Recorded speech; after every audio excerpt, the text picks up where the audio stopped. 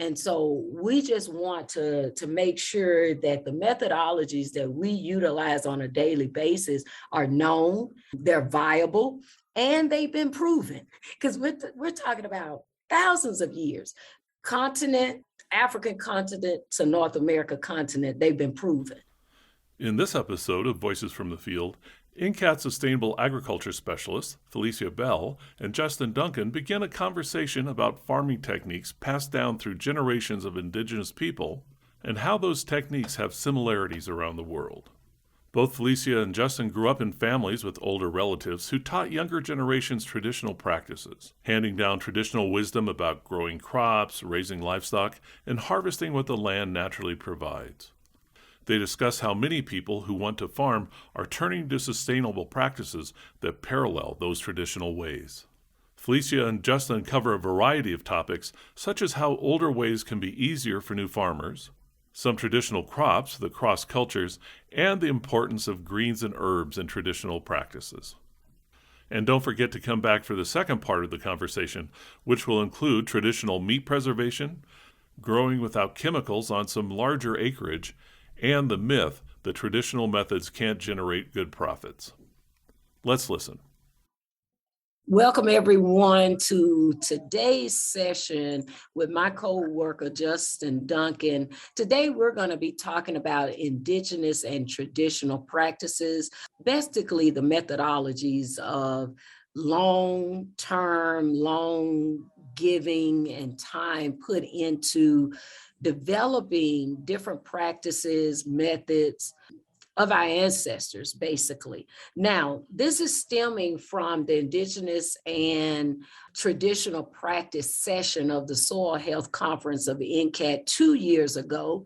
And we're just kind of going to expound on it a little bit more, have a discussion talking about how we have lived in this type of methods with our grandparents and parents and so forth. So I welcome Justin today to this talk, and we could get started on just what you think about it, just indigenous and traditional practices. I'm gonna let you start us off, and what do you feel about what does that mean in society today, like 2022? How is that looked upon? You know, that's kind of an interesting question because, the past couple of years, we've gone through the pandemic or whatever, and you saw an explosion of people trying to get back to the land, people trying to grow something, even if it was on their balcony or their back porch or their backyard or front yard or wherever. People were trying to grow stuff. A lot of them ran into a problem that they didn't know how to grow stuff. And so, I got lots of calls or messages or emails or taps on the shoulder, whatever you want to call them. Folks wanted to know, how is it that you grow this particular thing? How do you grow corn? How do you grow tomatoes, sweet potatoes, all this stuff? So I think the question is an important one because, so many people are into it now. And, as with anything, a lot of people start off and then you've got some people who fall off the map with it and some people who join late and all that sort of stuff. So it's still pretty relevant. They want to know how to grow it, but I'm going to tell them the best way to do it coming from a natural perspective. Like what is the best thing from the plant's point of view? I'm all about the plants, the plant health, and now the soil, because, they beat me over the head over soil health for so long. To even thinking about the soil, because I was all over the plants. It was always about the plants. So yes. So now, yeah, I've come full circle, and all those soil science classes I had to take over at Prairie View, they're coming to the fore now because, in order to have healthy plants, you have to have healthy soil. And so what I tell people is, basically you have to enrich your soil. You have to give the soil what it needs. And then you have to look at your soil like, what can grow there in the first place. So, yeah. And then, I always look to my big mama. So when you say, yes, you say indigenous and all our old ways of doing things, the only thing that comes to my mind is Big Mama, because she's 103. She raised, 7 children during the Depression on an acre of land. She kept the family fed. Wow. And I would spend summers with her, and she would tell me stories of, how they prepared the land. And I mean, it was somewhat violent because they would go through with a chain. They would take two tractors and put a really, really heavy chain between them, and they would pull the chain across the field, and that would pretty much clear everything out of the way. And then she would prepare it, and she would can with my great aunts, and she would prepare a lot of food. Even when I was young, she always had like cabinets full of preserved food from her plums or figs, all that sort of thing. And then she always raised chickens. And my other great grandmother, who lived down the street from her, she also raised chickens. And that's the other side of this, is that people, they're not only growing their own vegetables, they're growing livestock now. Yes. And so many people getting into chickens or sheep or goats or pigs or cattle or whatever. People are, embracing this "I've got to be independent" attitude. Yes. Yeah. Yeah. Now, what I'm noticing as well, I definitely could piggyback on what you said, is the newfound landowners. I definitely, a lot have been coming to the forefront in these last 2 years, but are they specifically asking you indigenous ways, traditional ways, or are they just coming and like, hey, I bought land, I don't know how to grow anything? So for the most part, people are looking for, they've got land, or they want land, or they've got a container or whatever. They're not really so much, specifically asking for the indigenous ways. It's just that the indigenous ways happen to be the best way of doing things. Yes. I'm not going to dump a bunch of, mineral salt type fertilizer on anything. If I'm going to enrich the soil, I'm going to put like some sea salt or some azomite or some kelp meal or something like that down, or get some wood chips and that sort of thing. So the indigenous question really is more like a convergent evolution type thing. They have this set of parameters that they need to fill, and the indigenous ways just happen to fill that set of parameters. Yeah. Now, I feel like it's probably because it's easier to implement. What's your thoughts on that? Like, you and I are only going to promote that because of, again, the way we were raised. But again, I'm feeling like it's easier to implement for a new and beginning farmer and someone that's green and don't know anything. What's your thoughts on that? That's actually pretty true. I mean, because the older ways they're less complicated. Mm-hmm. You don't have to sit up there and calculate anything. You don't really have to, well, except for, what your probable yields are. You want to know things like that. Yeah. As far as, nozzle calibration, all that craziness, you don't have to worry about any of that. You put some compost down, you put some manure down, you plant your seeds, a lot of people are embracing the 3 sisters. That's, or 4 sisters, if they include the sunflowers, Mm-hmm. the indigenous systems. And it's indigenous to the Americas. But when you get, folks that are descended from Africans, they had their own systems over there. Mm-hmm. They pretty much mirrored what the Native Americans were doing. So you had African multi-crop systems, and you had Native American multi-crop systems. In Africa, they would use yams, the true yams, the Dioscorea yams, not the sweet potatoes. And these things, they grew up poles, and those things grew up, either poles that they made or plants or trees that the yam vines could grow up. And then on the ground, they have melons. Mm-hmm. Melons are from Africa. The watermelons, the what is that? The Egusi melons. Yes, I'm familiar with that. They were growing these things, and Okay. they serve the same purpose as the squash in the American system. The yams, they serve the purpose of the beans, not so much for the soil enrichment, because they had cowpeas for that, which are the African equivalent to the Phaseolus type beans that we've got over the Americas. But the yams climb up the poles. So you have all these parallels, and like understands like. Mm-hmm. So this makes sense to you if you come into that system. And so African Americans, when they ran off and went to live with the Native Americans, they adopted those systems too, because it was something that made easy sense to them. Now in modern times, folks are like, I want to use the three systems. Mm-hmm. It just makes sense. Yeah, yeah, it definitely does. I have definitely been inundated as well with calls and texts and and face to face asking the same questions, how to, because they have acquired land and either bought it themselves or inherited, but they have no clue. And again, just these methodologies are simple to implement. They're easy to understand for as a person that's new and green. You see what I'm saying? The way you describe it is easy to them to capture, which is great because they're new. They don't even know the terminology, let alone how to implement. So if it's something that they can capture really easy, that's what I love. And then the other point you made was the implementation is like simple. You do it, you walk away. That's how I look at it. Adding compost, adding manure, it's going to do its job. So you put it down and you walk away. It's no questioning it. It's no measuring. It's just like, it's going to do its work.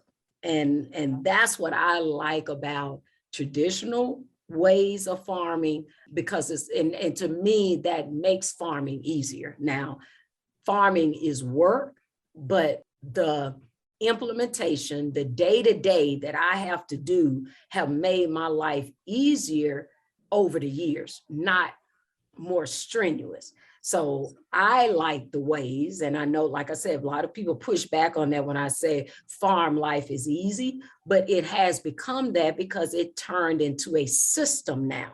So of course, it's not going to be easy when you're starting out and you're creating a system on your place. You're trying to create those spaces where, okay, I know I'm going to do this every season, every year during this season. Once you get all of that in place, it does become a little bit easier. Yeah. What you think? Yeah, that's true. And so, while you were talking about system, I was thinking about cassavas. Cassava is one of those things that, it originated in South America, but it got to Africa and it exploded over there. The adoption was just, they understood it. Yes. They were like, I know exactly how to use this. So not only do they harvest the roots, but a lot of people, they harvest the leaves because they want greens. Greens are one of the staples that we have gotten away from. Most of our is supposed to come from greens. And, when we don't do that, we're not as healthy as we need to be.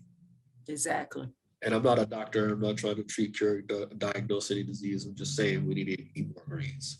Well, but it's been proven, Justin, that vitamin C, we know many other minerals, trace minerals are in greens, but the elders ate greens during the winter because of the vitamin C. You broke up a little bit when you were saying vitamin C.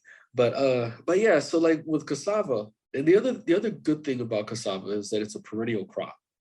And, this is one thing that folks just can't embrace it enough to me, is the perennial crops. Because if you've got a perennial crop, like you said, your systems have become easy. If you use perennial crops, your systems become very easy, because now all you have to do is plant it once and it's continually providing for you. And so I like to use perennial crops, cassava and bitter leaf and sugarcane and what's that stuff, lemongrass, things that are going to come back year to year and give me what I need. If I had enough room and I'm planting more now, I'm not going to say I could live a whole year off cassava, but I might be able to live off cassava if I grow enough.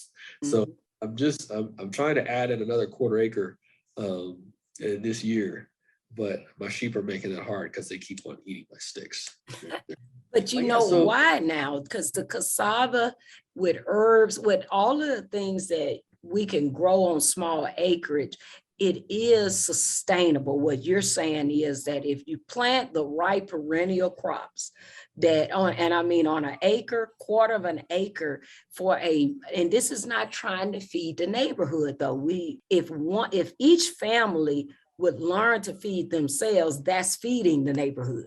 right, right, So you're exactly. just saying the perennial crops is really a way to go to possibly and can feed you. Yeah, yeah, because Yeah, it's giving you greens every day. And now that I know that the sheep like it, it's a fodder crop now. it is. It Because is. if you get healthy sheep, growing up on this stuff, now you've got a healthy meat later on. Exactly. And then it grows during the hottest parts of the summer. It gets about 8-9 feet tall for me. Okay. Don't cut it. If I just let it grow, it's an ideal crop for where I'm at. And that's one thing that people have to understand is find that ideal crop for your piece of land, for your situation, for your available soil nutrients, for your level of time commitment, all that sort of stuff. There's a plant out there that's going to fit all of the little check marks on your list and just be perfect for you. You just have to find it and capitalize upon it. Now, would you say these indigenous ways of your big mama, my grandfather, has it steered you wrong? You know, I I can't say that they have. Big Mama pointed me towards poke salad. And I know there's a lot of crazy people out there that say that poke salad is poisonous and this and that and the other. And my great grandmother lived to be 103. So how poisonous could it have been? Exactly. She ate it yearly until her mid 90s. The only reason she stopped is because they took her away from her garden. And I still say if they had left her in her garden with her eggs and her poke salad and her figs very, very important, then she probably would still be living. But they took her away and stuck her in a little house and then in a retirement home. When you're away from the things that you're used to caring for, it's not healthy for you. Mm-hmm. And that movement, we tend to forget about. Our ancestors did a lot of moving. They worked every day. They got up and went into their gardens, even if it was a kitchen garden, like my grandmother would do, my big mama. Same. It was the kitchen garden having herbs where she could cook, but it was close to the house. And that's one of the ways I have shared with permaculturists that I have lived that way. Based upon how our land was defined, everything was in a particular area on the property. And it was spaced out as just as they are teaching it today. The things you use the most is close, and the things that are farther away was your forest land and your silvo pasture and so forth. So it's like I've lived this my whole life, not necessarily. Permaculture is not new to me. We didn't define it in zones, and it wasn't numbered. It was our way, and that's what I wanted us to share, that these are traditional ways of many cultures, and we're speaking along the lines of just the African culture within our family. But like you brought notation that the Native Americans and many other cultures, these are similar ways. It differs based upon where they are on Earth. Right. And you're so right about the zone thing, zones of utility, because Big Mama had her fig tree right outside of the back door. She had her plum trees right in between the sides of the houses. So my great aunt's house was next to my Big Mama's house, and she had a yellow Chickasaw plum. And my Big Mama, she had the red Chickasaw plum. There was never a year when those two plum trees weren't full of fruit. It is because they want to cross with something. They don't want to. The plant on its own clones itself. So if you've got one that's yellow and you've got one that's red, you know that they're different, and they'll pollinate each other very well. And think about the little plums and the figs. They're highly perishable. Yeah. So you've got to be right there. They were right there at the house. You know, she had a pecan out there too, and some persimmons back in the woods. But, you know, it's just that's just so interesting. You know, now they put this permaculture label on it. It's not permaculture. It's just, you know, the way that folks did stuff. Yeah. And that's pretty cool. So she would go out there and pick those plums, or we would pick the plums or figs or whatever. Exactly. And But she did it before we existed. See, you know what I'm saying? They did these things, and then we were fortunate enough to be born during the time to see it. Yes. But this was all set up long, long ago. Yes. But they knew it. And that's what I would hope that our audience can understand, that is not about trying to take away from. We're trying to share that these methodologies have been around for thousands and thousands of years. You know, they've been handed down. Our grandparents wouldn't have known this if it hadn't been handed down, just like it was handed down to us. So it's not trying to take away from, but we have to make sure that people know it existed. It's nothing new under the sun, which it never is. You know, these ideas have always been here, but you're going to have different cultures tweak it, change it up to work for them where they are. And so we just want to make sure that the methodologies that we utilize on a daily basis are known, they're viable, and they've been proven. Because we're talking about thousands of years. Continent, African continent to North America continent, they've been proven. So it may not be a scientific paper, but it's definitely been proven over the generations of these methods, because they're still working, because we're utilizing them. Don't have time to stay up to date on the freshest sustainable agriculture news, events, and funding opportunities? You can trust NCAT to keep you connected with our weekly harvest e-newsletter. Subscribe today at ncat.org and get your weekly harvest delivered each Wednesday. And the other thing about perennial crops is, like with all the annual vegetables, you know, you see a lot of difficulties raising. You know, people have a hard time growing this or that or the other. But with those perennial crops, they're going to give you a little something. Mm-hmm. Might not have the best year every year, but every year they're going to do something for you. Like next to me, I've got wild peaches. They put out a bunch of peaches every year, and you know, they're not a hybrid, they're not a named variety, they're just something that grows in Texas that is useful when you can get it. Mm-hmm. And definitely probably high in nutrient if you actually tested it. The phytochemical content, because they've got, I don't want to say they have more flavor, but they have a more, how would I describe it? They're a little bit wild. Okay. Mm-hmm. So they have a more full flavor palette. Let's just put it that way.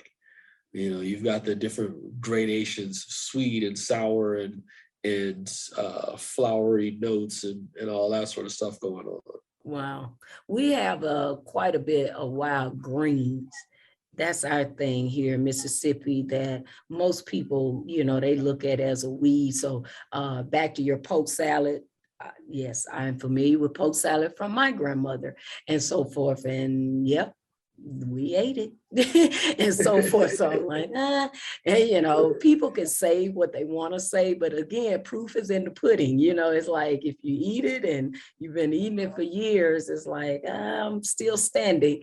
And so I don't know if that's depending on the type of variety these people may be testing, or during a particular season that they going in and testing and finding the poison, but I have no clue. I think there's concerning poke salad and its level of poison. I think there's quite a bit of academic laziness going on, because the original reports of it being poisonous were tracked back to some little girl back in the Northeast. And I think what she, when it came out, what it really was that poisoned her was some sort of nightshade.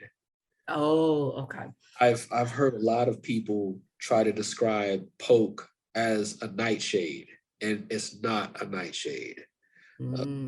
Wow. But it's just so many wild greens that grow that most people look at as weeds, of course, and it is edible. And then the bitters, people don't understand that they don't want to eat. Most people don't like eating greens because the bitterness, but Right. then they don't realize that's what heals you. And so it's like they're like what you said earlier, most people, modern day people, do not eat greens because of that taste, not realizing that's the best thing that you can ever get to help heal your body. You know, there's some really bitter things that I've run up across out there in those woods, and like they're the most healing things ever. Like one of my favorites is eupatorium or Joe Pye weed. That stuff is so bitter, it tastes like it's going to kill you. But if Justin gets sick, guess where he's running to? I know, to the woods. I carry it with me. In fact, I got some right here. I keep it with me. And I keep the eupatorium with me because I went up to Butte, Montana, and I left all my herbs. And as soon as I got off the plane, I felt like I was catching the flu. Oh, wow. And I was without my eupatorium. And yeah. You said never again. Never again. I keep know. it with me at all times. And I'm glad you're bringing up herbs, because I know we didn't spoke about perennial crops. We didn't spoke about annuals. Now herbs. A lot of people are getting back to that. Some never left, but we got a lot of new cooks in the kitchen. We have a lot new farmers that are catching on that herbs is the way to go, because they realize, one, the health benefit, but then they also understand they are so easy to grow. I'm like, I don't know why most farmers don't have herbs on their farm, because they're so easy to grow. Because one, they want to live. Most of them are perennials. We do have some annual herbs, but herbs is the way to go. And then now I moved into doing value-added products with herbs, and we see other new and beginning farmers seeing the financial benefit of growing herbs. So why aren't more people growing herbs, Justin? I think it's that there has been cultivated in this country a skepticism of herbs. And that comes from the split between, because, back in the day, your apothecary used to be your herbalist and your doctor. And, some time ago, the herbalists became herbalists and the doctors became doctors, and they don't like each other, or what, I don't know. They made all these regulations. And, it's just, just in this country, it's very difficult to get people over the mentality that, oh, these herbs don't work. That's not real. That's not science. But you have countries like Brazil and Germany where herbs are understood as medicine. If you're in Germany and you've got prostate issues, the first thing they're going to do is give you saw palmetto. It's just what they do. I mean, it's not any mystery to it. It's understood that this herb helps the prostate. Over here, on the other hand, it's just not that way.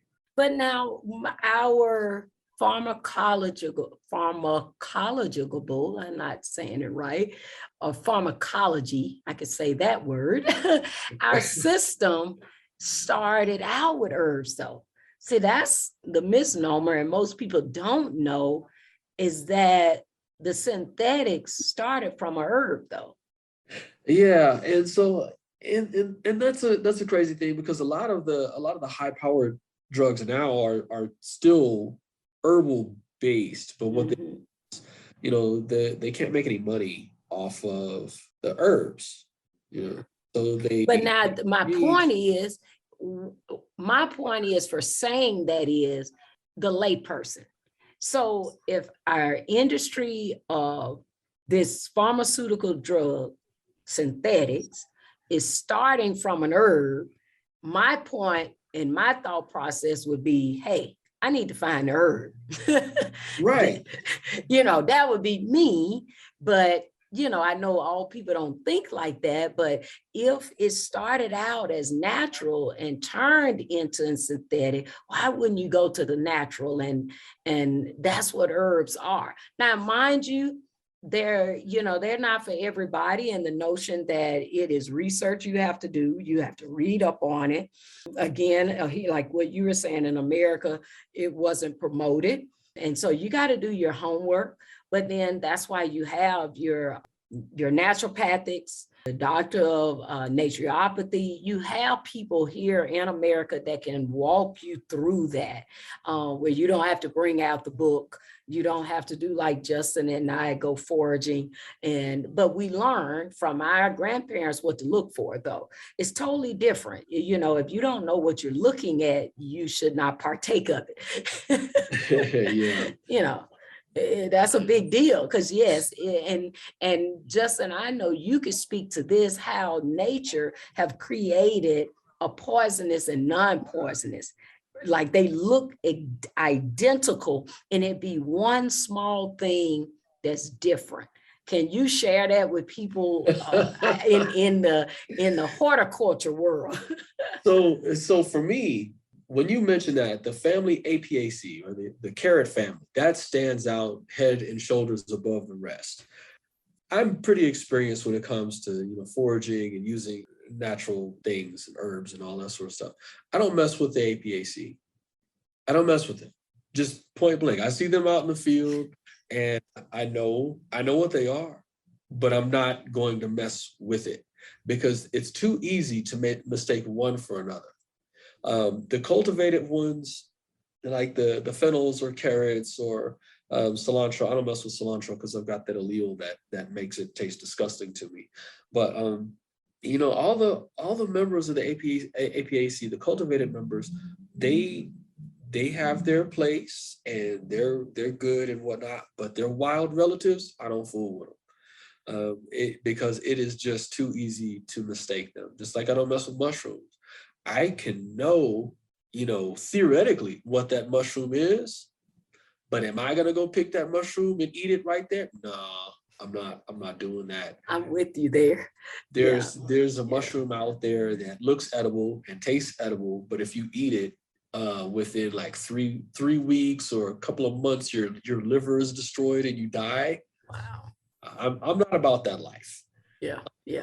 I'm with you with the mushrooms. They are very difficult to identify. You just shared with us another one.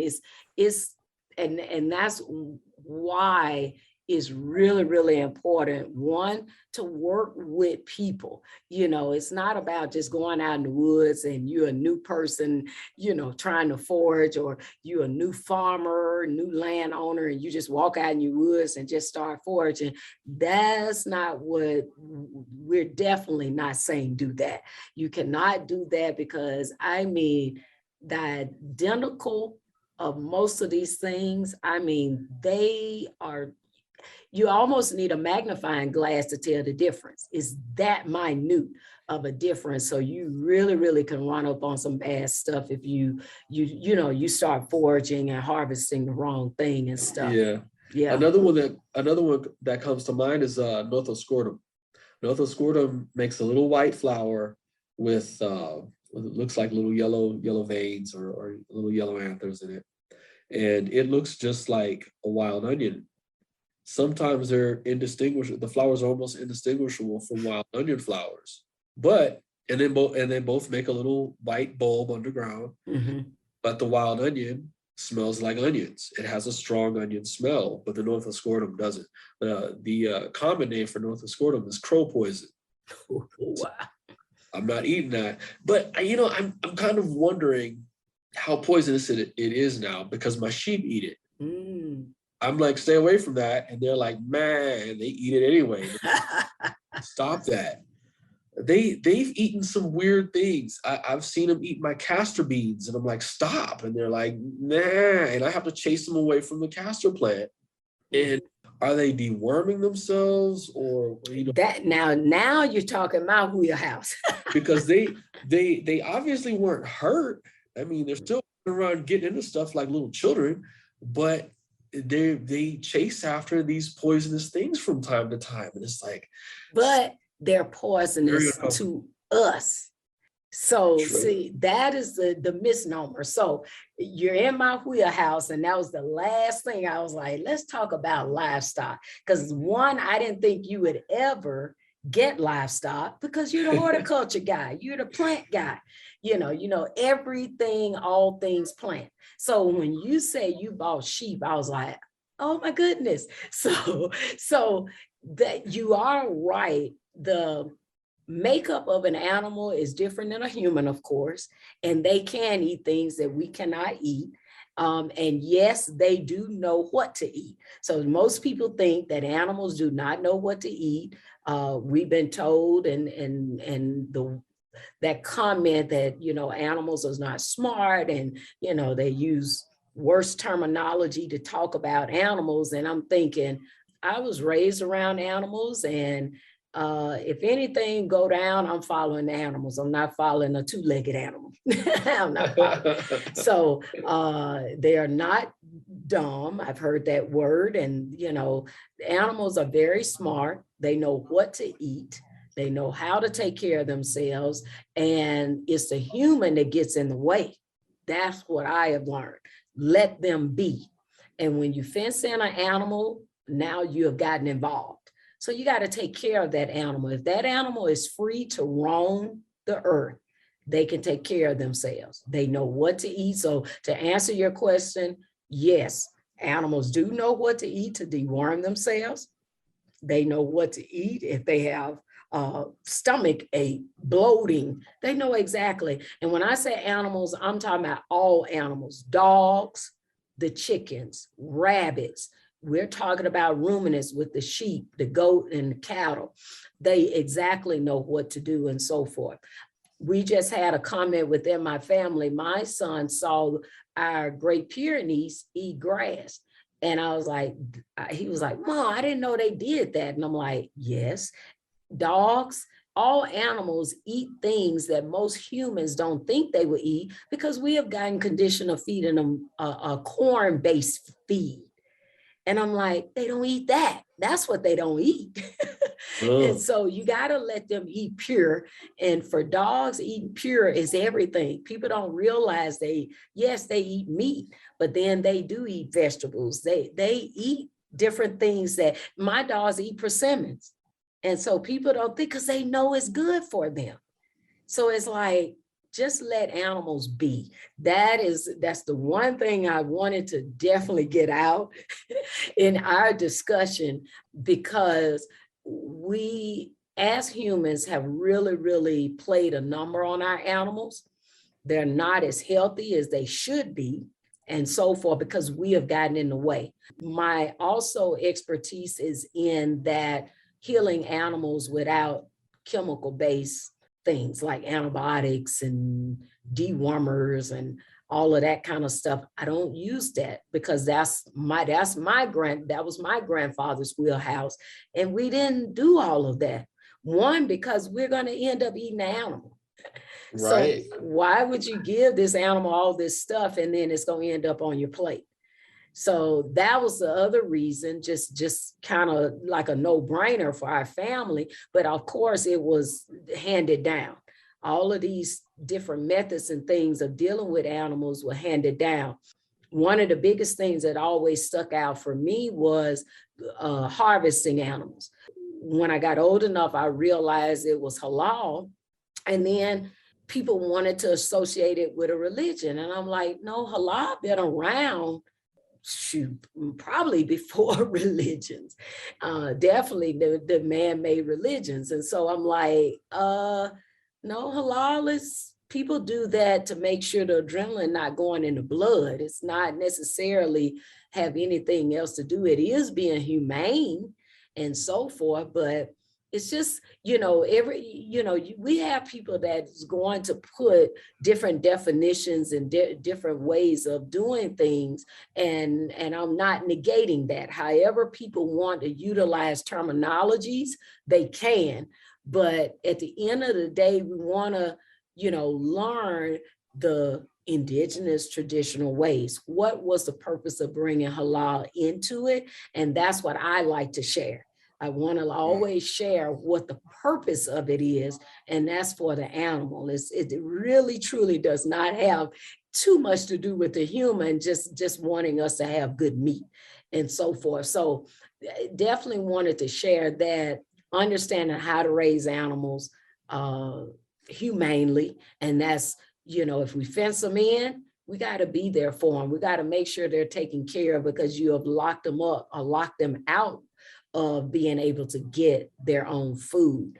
And then the treatment of that. So, when you fence them in, animals tend to get sicker. A lot of times you're keeping them on the same pastures. They get parasites because they're eating it to the ground and so forth. So you're creating more problems for yourself as livestock producers and so forth when we fence them in. Now, mind you, if we're in areas that you have to have them fenced in because of neighbors, because of where you live, I know that's an issue. But for our ranchers, they don't do all of that. Those animals, are able to roam freely, and then they're healthier animals. So, yep, I wanted to definitely talk about that, Justin. I was like, yeah, we got to bring the animals into play. All right. I mean, before I had sheep, like when I was in grad school, I had goats, and I noticed that they would eat certain things, and they were things that I wasn't familiar with at the time. And now I know what they are, and I noticed that they wouldn't eat the top, and so I would dig them up, because if it didn't serve a purpose, then I didn't need it on where I kept the goats. So I would kill the weeds by digging them up. And as soon as those roots became exposed, they would eat the roots. Mm-hmm. And I was like, whoa, what's going on with this? That's like some different sort of stuff, because you don't eat the top. And you're a goat, you eat the top stuff. You're not digging in the ground like a pig. But as soon as the root became exposed, they ate it. And that always made an impression on me. And that plant turned out to be, an endemic. Mm-hmm. The livestock, but for people too. Yeah. And see, to them, the tops may have been poisonous. To them, it may have been, a diuretic. It could have been anything else, like the animal, like, nope, can't eat the top. But they wanted to get. Now, have you seen your sheep? Now, I know you were talking about the goats, but have you ever seen either one of those animals paw at the ground? No, I can't say that I have. Sometimes they'll do that. I haven't seen mine try to. it. I have not seen that. Sometimes, and it's only because the root is starting to come up out of the ground. You know how it have just grown profusely and it's trying to come up out of the ground a little bit, so the animals can smell it. They can smell the root. And so they sit there and paw it just to expose a little bit of it, and then they sit there and gnaw it. They just gnaw on it and so forth. So yes. Now that what is it? That turnip. That has the long tap root. You talking about like the daikon? Yes. I did say turnip. I'm sorry. The daikon radish. Now, I know for a fact our sheep would love it. Only reason why I don't plant it, because they would eat the radish, the root part, and make divots in the soil, in the ground. And then now that creates problems for me if they fall in one of those divots and break a leg. Oh, okay. That's the only reason why I don't plant it, because again, humans get involved and we make things worse for us. So you gotta think long term, like it's good for them and they will eat it, but they will sit there and eat the root. They literally will eat the greens and then sit there and eat the root and make these small little divots and crevices and holes in the pastures, that, yeah, later on is going to give you fits. You got to go out there and fill in all that stuff. And so one of the things I learned from an elder with our sheep is when we plant, I have perennial perennial pasture mix that I plant. One, to create a native grass stand and, with legumes and all that kind of stuff. But I like it because when we're doing that periodically, and I've basically I've stopped now, because once you start it, it just takes like 3 to 5 years for the native grasses to really set root and really start formulating where you can see them and so forth. But you just got to plant all that stuff. But one of the things I do is the greens. When we're seeding in the fall, I always put the turnip greens and collard greens for the sheep. So I don't know if you do that, but they love eating greens. And so all you have to do is just mix it with I still somewhat do annual ryegrass. That's why I started doing perennial pasture mixes, because I was tired of doing the annual ryegrass. And then perennial ryegrass for my particular microclimate doesn't grow, but that's what I started doing. So sharing that with you, Justin, definitely sharing with our audience of looking at other types of things that you could put when you're seeding out in the fall for them to have things to eat during the winter. They got into my little radish patch and decimated it. So yeah. So firsthand. Right. In a sense, because there's some research out there that shows that the radish greens are actually 47 times more cancer chemo preventive than the radish bottoms. Wow. So it makes sense that they would eat the radish tops, because those are the ones that have the more highly concentrated phytochemicals for them. Mm-hmm. Wow, I didn't realize, because my animals did the same.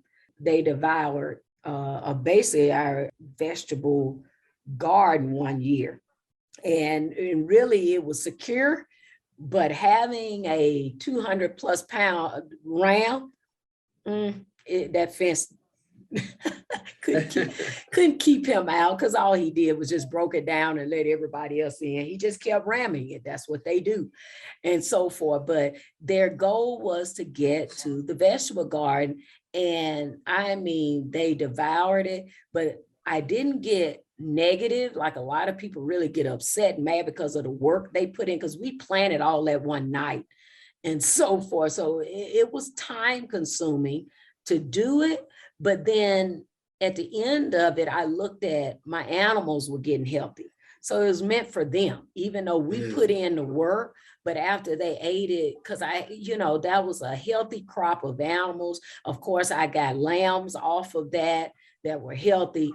But radishes were in there. It was quite a bit of herbs, but it just helped them. And they knew they needed to get to that vegetable garden.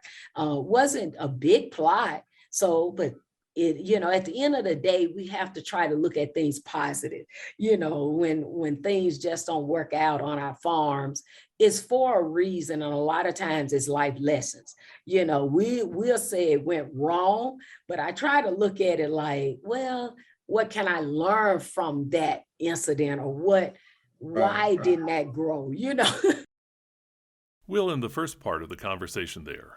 Don't forget to come back next time when Felicia and Justin will continue their conversation about indigenous and traditional farming methods. That's it for this episode. Thanks for listening. Additional information about this episode and related resources can be found at atra.ncat.org. Don't miss an episode. Subscribe to Voices from the Field wherever you get your podcasts. I'm your host, Rich Myers. ATRA, Voices from the Field, is produced by the National Center for Appropriate Technology, headquartered in Butte, Montana. It's supported by the USDA Rural Business Cooperative Service as part of NCAT's ATRA Sustainable Agriculture Program.